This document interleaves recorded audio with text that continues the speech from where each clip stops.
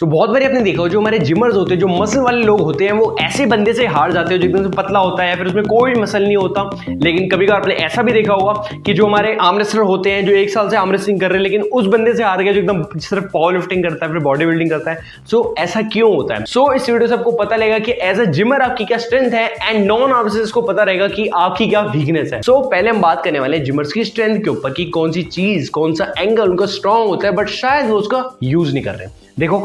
जब हम जिम जाते हैं ना, वहाँ हैवी लिफ्ट करते हैं, बैक मारते हैं, चेस्ट मारते हैं, फोरआर्म मारते हैं, ये सब चीज़ें जब मारते हैं तो इससे बनते हैं हमारे मसल। हाँ, ऑफ कोर्स मसल तो बनते हैं, बट मसल से भी जो एक इंपॉर्टेंट चीज़ हमारी डेवलप होती है स्पेशली आर्म रेसलिंग के लिए, वो होते हैं मसल के अंदर के बोन्स, टेंडन्स और जॉइंट, जो कि आर्म रेसलिंग में बहुत ज़्यादा इंपॉर्टेंट है, मसल से भी ज़्यादा इंपॉर्टेंट है। अगर आपके जॉइंट टेंडन बहुत अच्छी डेवलप्ड है ना, सो मसल ज़्यादा इंपॉर्टेंट नहीं है, वो ज़्यादा इंपॉर्टेंट है। एंड इस चीज़ के बारे में मैं बात कर चुका हूँ। सो एक एग्जांपल से मैं आपको समझाता हूँ, ठीक है। जब हम चेस्ट डे पे बेंच प्रेस मारते हैं, ठीक है, हम बेंच प्रेस मारते हैं, उससे सिर्फ हमारी चेस्ट डेवलप नहीं हो रही होती। या आप मेरी एल्बो मूवमेंट देखो, ये जो एल्बो मेरी मूव हो रही है एंड जब मैं हैवी बेंच प्रेस मारूंगा, सो यहाँ के जितने भी मेरे टेंडन्स होते हैं, जॉइंट होते हैं, वो भी कंडीशन हो रहे होते हैं, वो भी स्ट्रांग हो रहे होते हैं। वही आपने इसी चीज को देखा होगा जिम में भी, जो आप किसी बड़े बंदे से जो आपसे एक्सपीरियंस में जिम में आगे है, मतलब जिसके मसल्स यहाँ के डेवलप्ड है, जो ज्यादा बेंच प्रेस आपसे मारता है, लाइक जिस बंदे का ये वाला एंगल स्ट्रांग होता है, ये एंगल खुलता नहीं है, उस कारण क्या होता है? देखो, जैसे ये जनरली जिनकी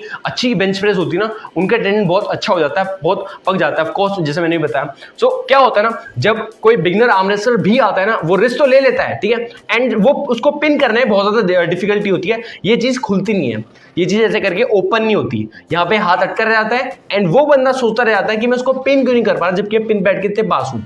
ठीक है, ये तो हो गया यार चेस्ट बेंच प्रेस से ये डेवलप होता है, ये एग्जांपल था। एक और एग्जांपल मैं आपको दे सकता हूं कि जो बंदे ना बैक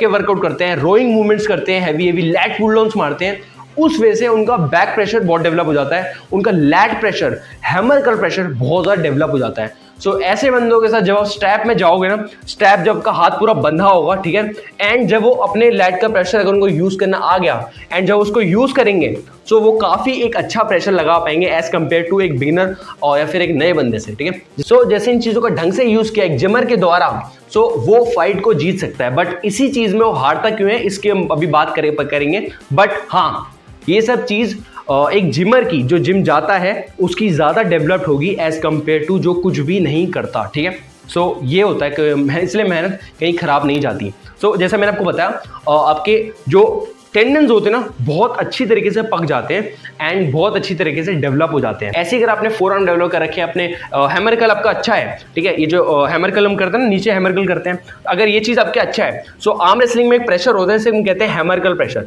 बैक प्रेशर ये होता है, ठीक है, एक होता है हैमर कर्ल प्रेशर, मतलब बंदे का हाथ ही उठा दो। सो अगर ये सब चीजें अच्छी हैं, सो एक जिमर मेरे हिसाब से अगर उनका ढंग से यूज करे, वो बहुत प्यार से हरा सकता है। बट कुछ वीकनेसेस होती है जिनकी वजह से हार जाता है, सो उसके बारे में बात करेंगे। अब आई होप आपको समझ आया कि क्यों जिमर्स आसानी से पिन नहीं होते एंड स्ट्रैप में उनका बैक प्रेशर का गेम इतना अच्छा क्यों होता है। तो यही सारी स्ट्रेंथ होती है जिनमें जिमर्स एक नॉर्मल बंदे से आगे रहते हैं, बट वो उनको प्रॉपरली यूज नहीं करते, चीजों का यूज नहीं करते। कुछ उनकी वीकनेस होती है जिनकी वजह से वो हार जाते हैं। सो अब बात करते हैं जिमर्स की वीकनेस की, कि कहां पे वो कमजोर पड़ जाते हैं। यार एक सीधा रीजन तो ये है कि एक मसल मेमोरी होती है ना, जो एक नर्वस सिस्टम का जो एक कनेक्शन होता है अपनी रिस्ट के साथ, वो उनका कमजोर होता है एज कंपेयर टू एक आर्म रेसलर, चाहे उसको कितना भी टाइम हो, ठीक है। सो क्या होता है कि जब एक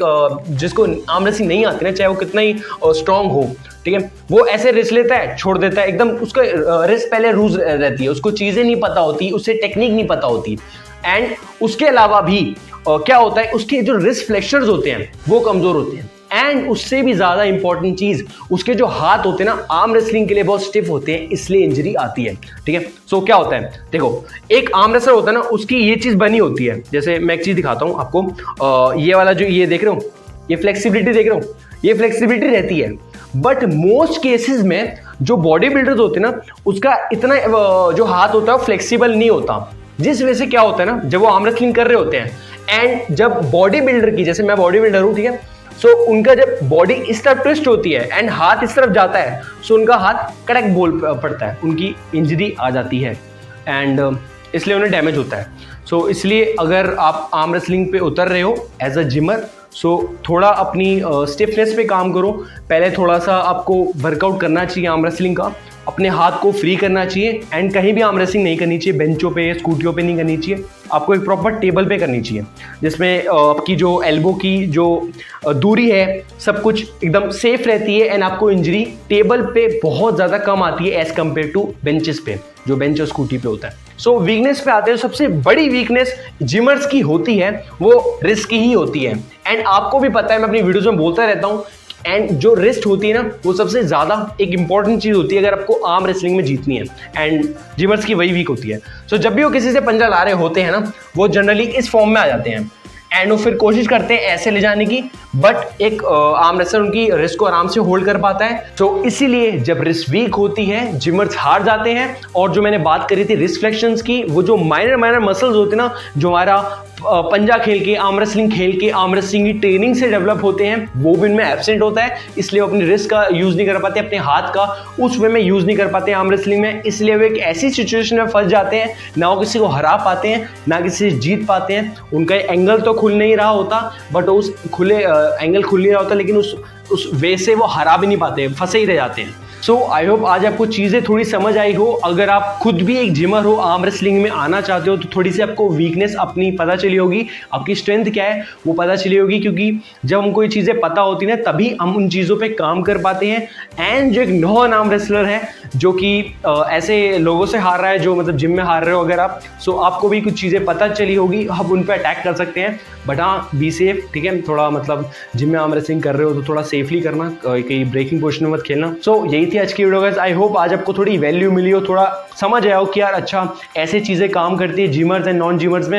एंड थोड़ा अब आपकी हेल्प और हुई हो, अगर आपको कुछ नया समझ आया हो, सो लाइक मारना एंड कमेंट करना कि क्या आप चाहते हो, क्या आपके डाउट है, कुछ भी क्वेश्चन हो, कुछ भी आप कमेंट में डालना, मैं जरूर आपका रिप्लाई करूंगा। मैं ऐसी वीडियोस का आता रहूंगा। This me Tushar, thanks for watching, peace out.